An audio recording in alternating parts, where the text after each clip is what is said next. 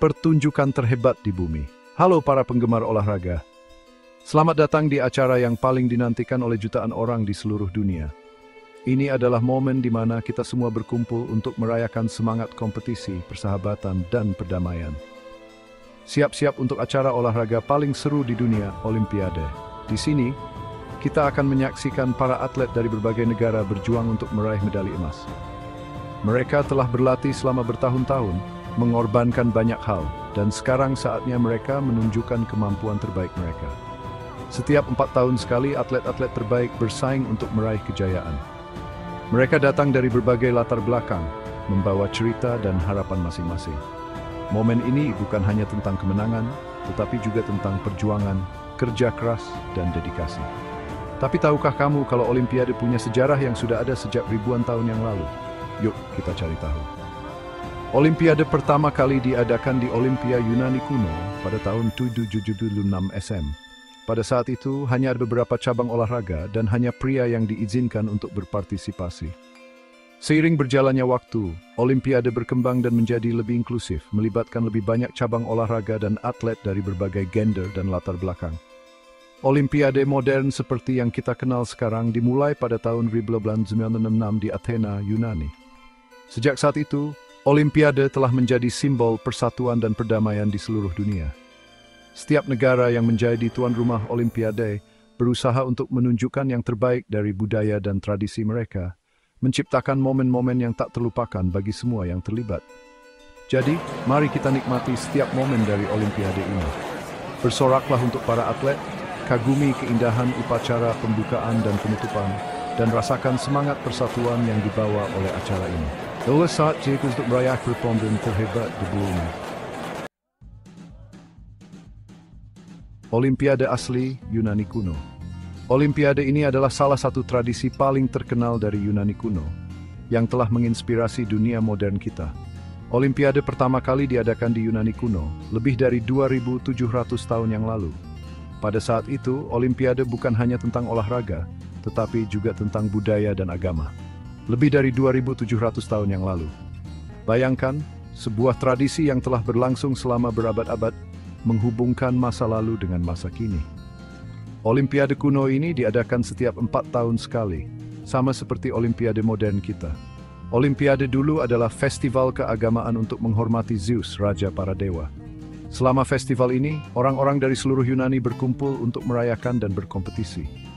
Mereka percaya bahwa dengan berpartisipasi dalam Olimpiade, mereka menghormati para dewa dan menunjukkan rasa hormat mereka. Diadakan di Olimpia, pertandingan ini adalah acara yang sangat besar. Bayangkan atlet-atlet bertanding gulat, balap kereta perang dan lari. Pertandingan ini tidak hanya menguji kekuatan fisik, tetapi juga keberanian dan ketahanan mental.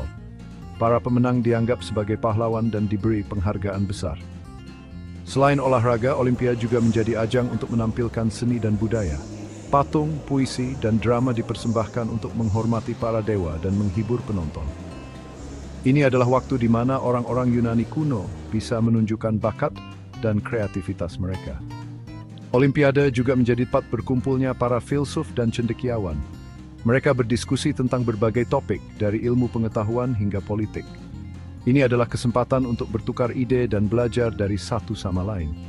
Olimpiade bukan hanya tentang kompetisi, tetapi juga tentang pembelajaran dan pertumbuhan. Tradisi Olimpiade kuno ini telah menginspirasi Olimpiade modern yang kita kenal hari ini. Meskipun banyak yang telah berubah, semangat kompetisi dan persatuan tetap sama. Olimpiade adalah simbol dari apa yang bisa dicapai ketika kita bersatu dan berusaha untuk menjadi yang terbaik. Olimpiade meredap, masa lampau yang panjang.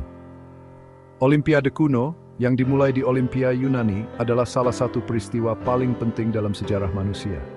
Setiap 4 tahun, atlet dari berbagai kota-kota Yunani berkumpul untuk bersaing dalam berbagai cabang olahraga.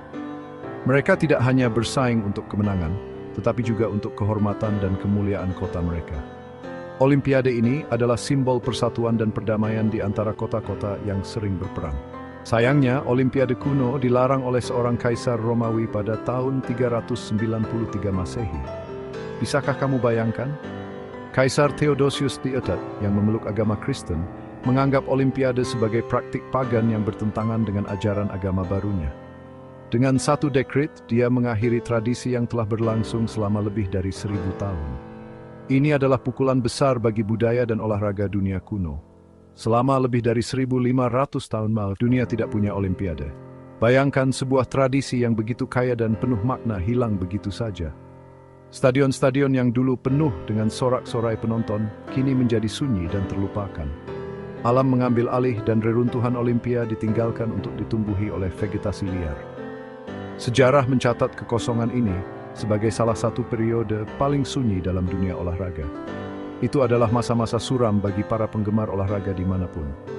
Patung-patung atlet kuno yang dulu berdiri megah kini tampak muram, seolah-olah meratapi hilangnya kejayaan masa lalu. Dunia olahraga kehilangan salah satu pilar utamanya, dan butuh waktu yang sangat lama sebelum Olimpiade bisa kembali dihidupkan. Namun, semangat kompetisi dan persatuan yang diwakili oleh Olimpiade kuno tidak pernah benar-benar padam. Itu terus hidup dalam hati mereka yang menghargai nilai-nilai olahraga sejati. Olimpiade kembali, maju cepat ke abad ke-19. Seorang visioner Prancis bernama Pierre de Coubertin percaya pada kekuatan olahraga untuk menyatukan manusia. Dia bermimpi untuk menghidupkan kembali Olimpiade. Kerja kerasnya membuahkan hasil, dan Olimpiade modern pun lahir. Olimpiade modern dimulai Athena musim 1996.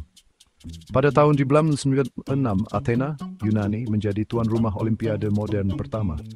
Itu adalah momen yang benar-benar bersejarah. Atlet dari 14 negara bersaing dalam 43 cabang olahraga. Semangat pertandingan kuno kembali hidup. Awalnya, hanya pria yang boleh ikut Olimpiade. Bisakah kamu bayangkan? Untungnya, keadaan berubah. Pada tahun 1900, wanita berpartisipasi untuk pertama kalinya. Sejak saat itu, wanita telah menjadi bagian penting dari Olimpiade, menunjukkan kekuatan dan keterampilan yang luar biasa. Olimpiade telah menghadapi berbagai tantangan sepanjang sejarah. Perang dunia memaksa pembatalan. Sayangnya, boikot politik juga pernah terjadi. Namun bahkan di masa-masa sulit, Olimpiade mengingatkan kita tentang pentingnya perdamaian dan pengertian. Olimpiade penuh dengan momen tak terlupakan. Siapa yang bisa melupakan 4 medali emas Jesse Owens yang luar biasa di Berlin tahun 1936? Atau kecepatan kilat Usain Bolt di lintasan lari? Para atlet ini menginspirasi kita dengan dedikasi dan bakat mereka. Dari Yunani kuno hingga dunia modern kita, Olimpiade telah merayakan semangat manusia. Olimpiade mengingatkan kita dengan kerja keras, dedikasi, dan sportivitas kita dapat mencapai hal-hal luar biasa. Tunggu cerita-cerita menarik lainnya dari dunia olahraga.